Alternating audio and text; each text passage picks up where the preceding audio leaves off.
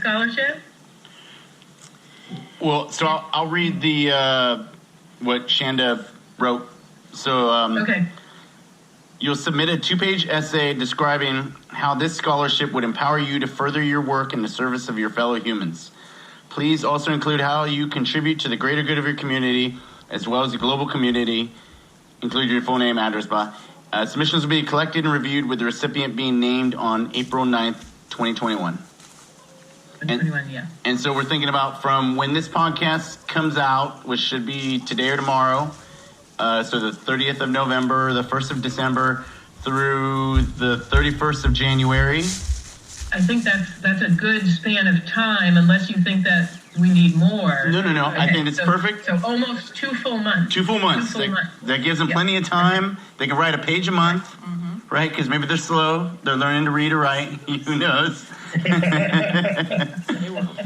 and then we, as a group, the 5 of us, or 4 of us, sorry, will talk about it and see who's the most deserving. And then that person will come train with us for a month or maybe longer. And they have, say, the whole year, a year from April to April to get out here and come train with us. And we'll do what we do. Sounds wonderful. So what you guys can do, if you would like to submit an essay, you're going to go to dirtycones.com, and there's a link that says scholarship. You will click there and follow the directions. And if you have any questions, you can always drop us a line, email, and we can answer those for you. All right. So, Bob, are there any questions you have about it? Only that our hope is that we'll be able to raise enough money that we'll be able to do more than one candidate. I think we will be able to. That's my guess. I think so too. Maybe we'll be able to pick everybody. Everybody's a winner. Yeah. We can certainly set that as a goal. Why not? Yeah. All right. Thank you guys so much for sharing your story. We've got a few more minutes. Okay. Maybe we could have a little conversation. Bob, I'm trying to think. There was something that you wanted to say at the end? Did you already? I think you might have already. I think I did. Only that for me, it was one of the great gifts in my life. This incident that happened, and it's the gift that keeps on giving. Because now we're all really good friends. Ellen and her husband are really good friends with me and my husband, and they share time with us up at the ranch, which is a really fun place to hang out. And it's been a complete joy and a gift in my life. And another time that Bob came to the rescue was when we were evacuated recently, the end of September. We had to leave our house like within a 3-hour period. What was funny was 2 weeks prior to that. Yes, exactly. Bob and Kirk had brought to our house to keep safe because they were in danger of a terrible wildfire. All of this artwork that it was basically from your mom, Bob. Is that what you remember? It was my mom artwork from my mom's house after she passed. It was the only thing that I took, and all my brothers and sisters thought about everything else. But I hope they never hear this. And so, but I got the paintings. But we had an absolutely terrifying, 24 hours. We had this, the sky went completely black at 2:00 in the afternoon, where it was pitch black, like it was the middle of the night. Worse in the middle of the night because there was no light whatsoever in the sky. It was one of the worst days of our life, but we were loading everything in. We didn't know what we were going to do with the horses, and it was just so much that so we loaded these paintings into a truck and we drove them. After we were out of danger, we still had a very large fire to the east of us. It was a 1 million acre fire that was only 10 miles away. And so we brought our paintings down there and they were at their house. And then 2 weeks later, I get this call. I think it was like at midnight or something. And it's like, Bob, guess what? So they were evacuating us, so we'll get on up here, Yeah. And so when they showed up, I was so happy that, we actually had a wonderful week together. We had a really good time while California was burning. But the thing about the reason I'm even telling this is that when they got out of the truck, the first thing Bill says to me is, "Oh yeah, we brought your artwork," and I said, "What? That's like the stupidest fucking thing I've ever heard, and the We have sweetest thing I've ever to. heard." We at have the to. same There's no time. way we're gonna let it burn. You're evacuating and you're putting our artwork in your Get car? Bob's artwork. Right? Oh no. No shit. I mean, really. That, like, all your belongings, all that you're leaving a whole house full of memories and shit, and you brought our artwork back up? It's like, oh my god. Wow. But anyway, it was, we had a great week, actually, or however long it was. Yeah, it was a week. Yeah. It was a full week that we were up there, and thank goodness, because we didn't have to worry about COVID. We didn't have to worry about where our dog was wandering. It was the perfect place to be able to just escape Decompress. to and be calm. Yeah. You two are bonded forever, I think, in that Yeah, totally. I believe so. giving each other shelter for many years. All right. Well, thank you so much for allowing us to share this story. It means a lot to me, and I know it means a lot to you too, Bob. So we look forward to working together and to the future.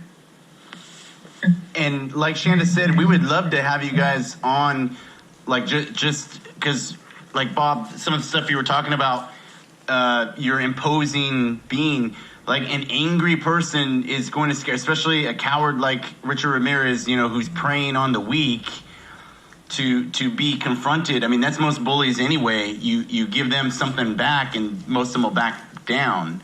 So just your confidence level, I think that'll get people through stuff a lot. You know, just fake it till you make it. You know, just be confident and follow the Jiminy Cricket on your shoulder or the Jiminy Cricket in your heart that tells you what you should do, and then do that right thing and know that you're doing the right thing for the right reason.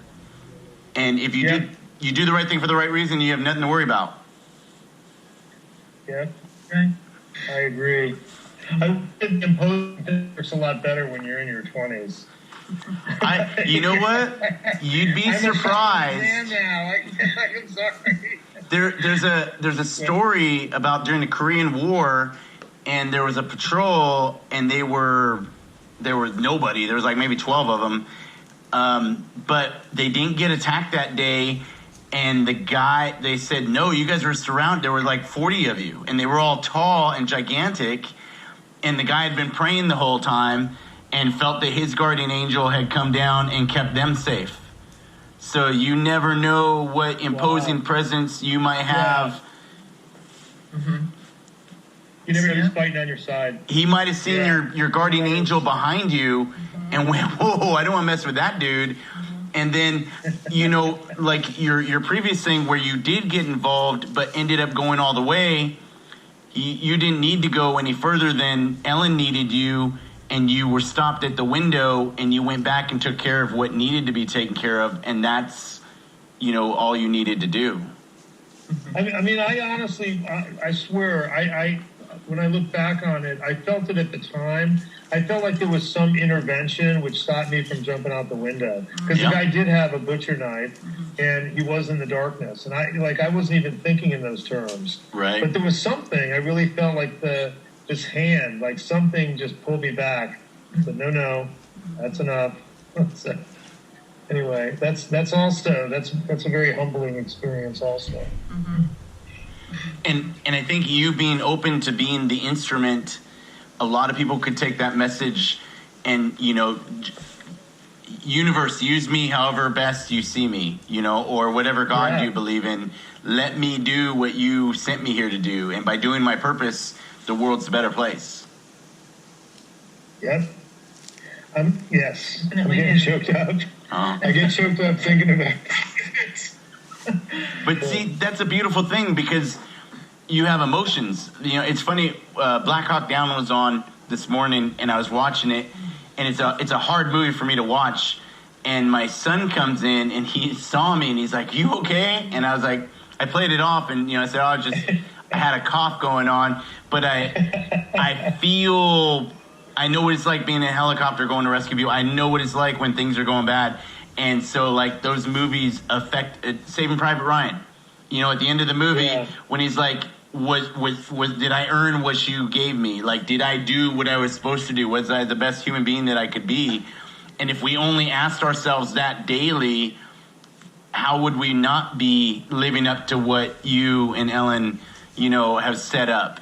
You can't not, because you're doing the right thing. And if you're looking in your heart and looking in your head and hanging around with other good people, you can't help but be good. You have to be good, because I'm like, whoa, I'm hanging out with Shanda. I have to be better. I can't be, my B game. I need my A game.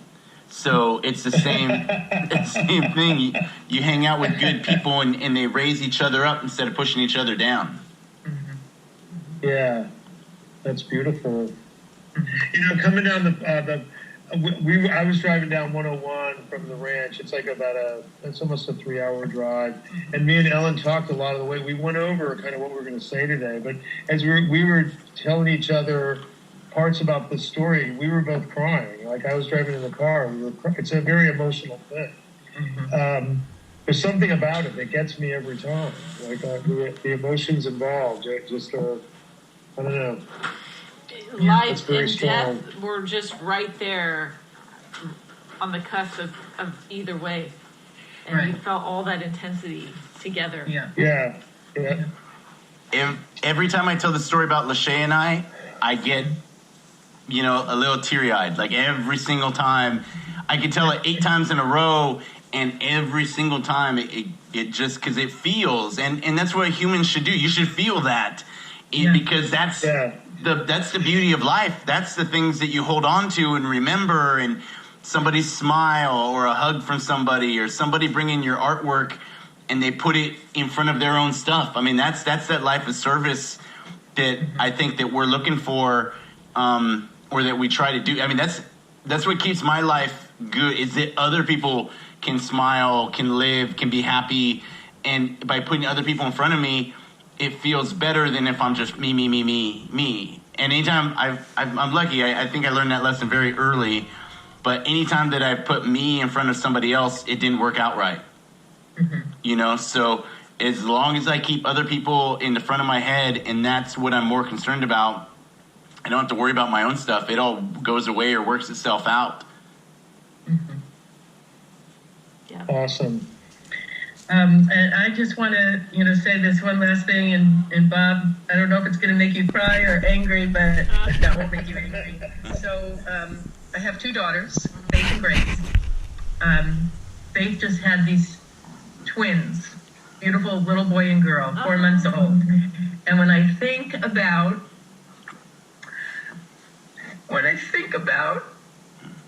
that, if I had not survived that night, and that my 2 daughters, Faith and Grace, would not be in this world, and that those 2 babies would not be in this world, that would have been such a loss. That would have been such a loss. And so I just hope that, Bob, you realize how much you impacted my family. It's something I can never, ever be thankful enough for what you did. And even if it wasn't you, if it was you with the instrument, it has impacted me so profoundly. I love you, Bob. I just love you. I love you back. Especially when you talk like Minnie Mouse. The tender moment killer. Okay. No, believe me, I talk like Minnie Mouse. I can't point fingers. But it's so true. Like the magicalness and mysteriousness of events like this that you never would have predicted in your life. You're never going to see anything like this coming.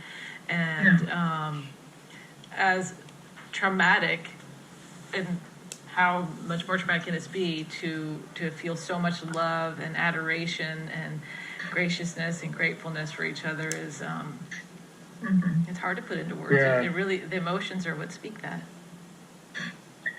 I can't even begin to tell you how what it was like for 30 years. Just literally, I thought of her all the time. Yeah. It's hard to believe that, but I did. I thought about her all the time, wondering where she was. And then we find out that she, like, I was working in a restaurant in San Francisco that she had come into a couple of times, and she was working at a restaurant in Union Square, just like less than a mile away. And then all this time, I drive through, every time I go from San Francisco up to the ranch, I drive through Santa Rosa where her and Bill live. I don't know. It was just weird that we were right next to each other all this time. Yeah. And knew some of the same people, as it turns out. Yes. So that's crazy. It's a small world. It's really Yeah, small. it is. It is. Yeah, be careful who you're mean to. Definitely. Don't burn bridges.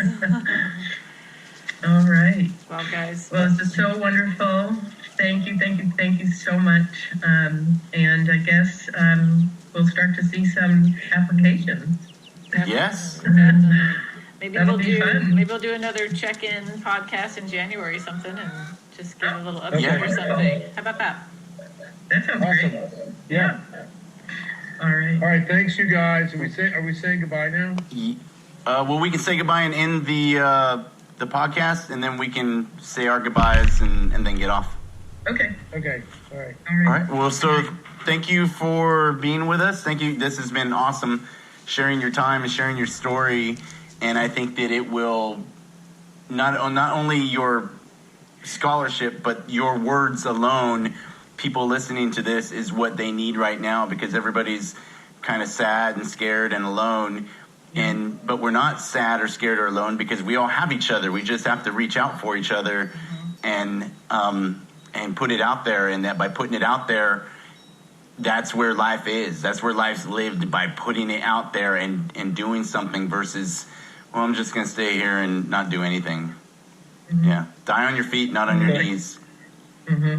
Absolutely. Awesome. So thank you for listening, and we'll talk to you next time. Oh, yeah. Yeah. Thank you for listening. Yeah.